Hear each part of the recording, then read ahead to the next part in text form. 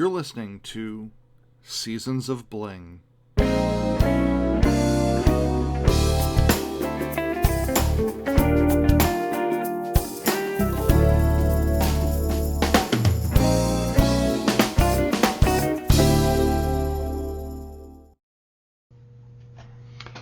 Hey everybody, Bill here from Holidays Lane, and if you do not know me, this is the first time you are listening. I run a e-commerce business called Holidays Lane where I sell beaded and sequin ornaments, decorative eggs, and I'm dabbling into some home decor pieces as well. Not only do I sell online, I've also been selling at in-person craft fairs since somewhere around 2017, 2016, in that kind of ballpark. I haven't really recorded one of these videos in a while because the craft fair, holiday, Christmas season was completely hectic. So not only was I attending those events, I was trying to stay caught up making things. So what I thought I'd talk about in today's episode is sort of a summary of the craft fair season for me, what I've heard some of the other vendors talking about, and then, maybe some predictions for 2024. Part of the reason that I have not recorded in a while was Santa brought me an illness for Christmas, and I've been trying to shake that, so I have a little weird voice, but I have my hot tea with honey, so I might take a pause every once in a while. This is a podcast format, so nothing you guys have to look at, watch. You can let this play in the background. Maybe you are also crafting, and I'm just here to keep you company for a little while. Although, yes, it is on YouTube, so you can certainly watch me. So let's talk about the craft fair season. So for me, it normally starts in September. The first one that I do is something called Yardley Harvest Day. That's the kickoff for me, and then I go all the way up until generally the second week in December. This year I did something the third weekend in December. And it was rough, folks. It was rough. So the big event that I kick everything off for first was canceled due to rain. Now, they said that they haven't canceled or rescheduled this event in something like 25 years. It has always been reliable. Maybe it's a little hot, but generally some type of sunny. To the point where they didn't even have a rain date. And this is a big event that shuts down multiple streets in the town. Lots and lots of people attend the event. So it was, okay, great. So we have that one. They did ultimately come back and get a rescheduled date. Thankfully, I was available that weekend. And then horrible rain and winds again. So they decided to just cancel it for the year. So, my first craft fair was shot. Because the thing about craft fairs is, especially ones that are outdoors, if you have a tent, rain's one thing. If it's like drizzling, it's hard if you are setting up and it's raining, or if you're tearing down and it's raining. We could deal with some rain during the day, but it's the wind. The wind will get you. It doesn't matter how many weights you have on the corners of your tent, or maybe your tent, my tent is in good shape and weighed down, but my neighbor's isn't, or somebody down the street, theirs ends up blowing and knocking multiple tents over. That's what you kind of have to watch out for. So if it's raining awful, usually I'll just not go myself, or hope that they cancel it.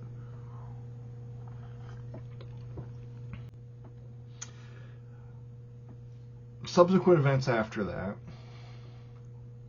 were not great. If you were somebody who was selling food items, usually those people did pretty well.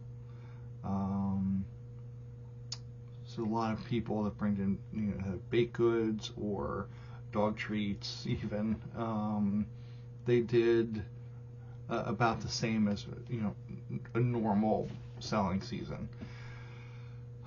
A lot of the other people that I talked to that did handmade items, and again, this is just a sweeping, broad brush statement. So there are some people that did fantastic, some people that were truly it was tragic this year. I was kind of in the middle-ish because I had a couple that did really well, but broad brush, most people were seeing a decline in sales this year. So online was definitely down, and then in person was also not great. Now, I did have a couple that were really good. That was sort of my on par about what I generally make. So there were a couple big ones. Like, I am in Lower Paxton every year, which is near Harrisburg, Pennsylvania. This is another outdoor festival. It's the second week in December, so we've had snow, rain, misty, cold conditions, but people come out to that event, and it's actually a lot of fun to do that one. It's a lot of work. I am exhausted after doing that one, but I think I'm at the point now where people are coming out just to see, to see me again. I've had a couple people say, "Oh, there's the ornament guy. We got to get our ornament this year," which I love hearing. But even that one, I talked to a couple people.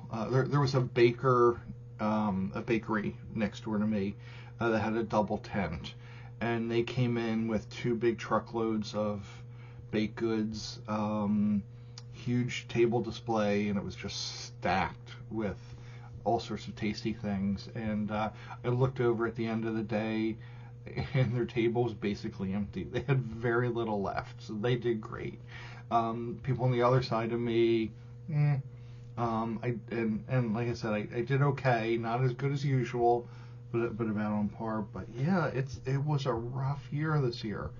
The crowds generally were there, but I think it was more people just going out to do something versus going to make purchases, which is hard.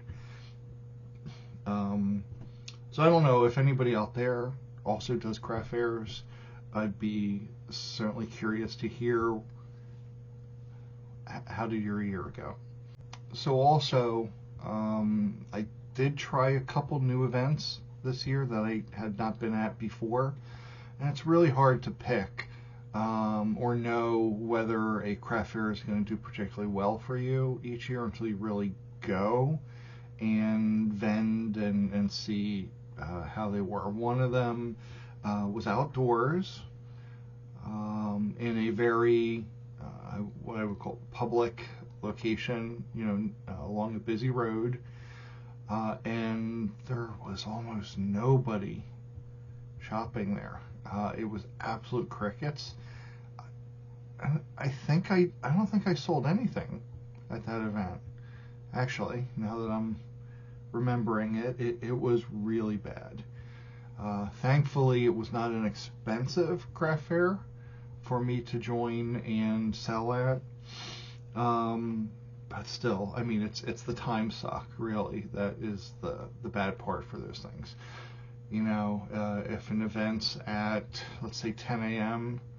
or earlier, but let's just say 10 a.m., it's usually, it's driving there, depending on how far away it is from you, then it's an hour and a half or 2 hours setting up, right? So you're there at 7:30 or 8 o'clock in the morning, set up till 10, have to stay to the event, So is it over at 2, 3, 4?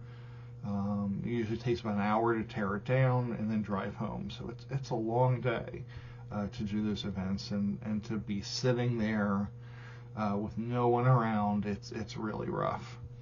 And then I tried another one that I thought was going to be a lot better than it was.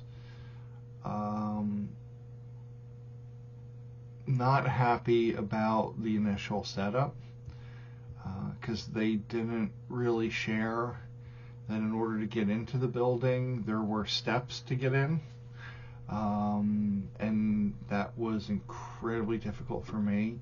It was really rough to carry things up because when I unpack the car, I have a cart, and pretty much everywhere else I'm able to wheel in and out of the building, or you drive up to where you're going to be if it's outside, and you empty the car, go park the car, and then come back and set it up.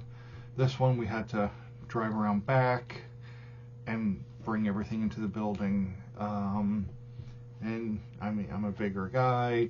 I have issues with my right leg, so if I knew that I'd have to go up a bunch of steps, I never would have signed up for the event.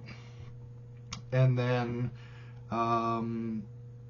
that's another one where I don't think I maybe sold 2 or 3 items at the event, and it was a lot of standing around talking to other vendors. That one, oh my goodness.